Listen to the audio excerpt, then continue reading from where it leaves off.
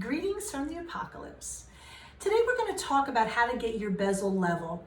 It's very common after you fuse or solder that you have a little unevenness or maybe have a little slant going, and it's very tricky to clean it up using traditional methods. Usually I was just taught, to just lean it on the sandpaper harder on the spots that are higher, and all that ever did for me was give me bezels that were lower and lower and lower with that same stupid slant.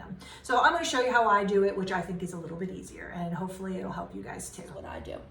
First, I look at my bezel, and I'm going to find the spot that's the lowest, and I'm just going to mark it. I usually use a Sharpie marker, just something easy to see.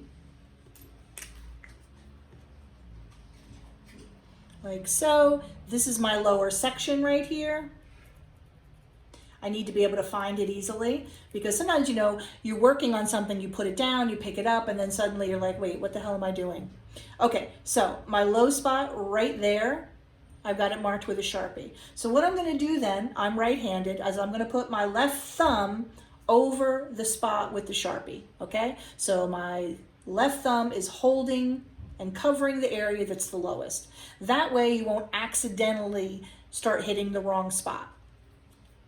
So what I do then is brace myself nice and comfortable on the bench, and I'm going to use a file, and I can just file the higher areas. And I know that I'm not going to end up hitting the wrong spot because I've got my thumb over the lowest spot. And this is a really easy way to kind of do this so that you don't get confused about what you're doing.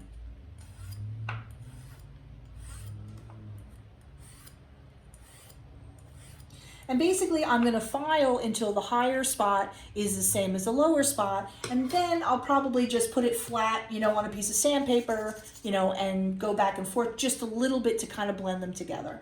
But this is, for me at least, a much easier way to get a level surface. That's it for now.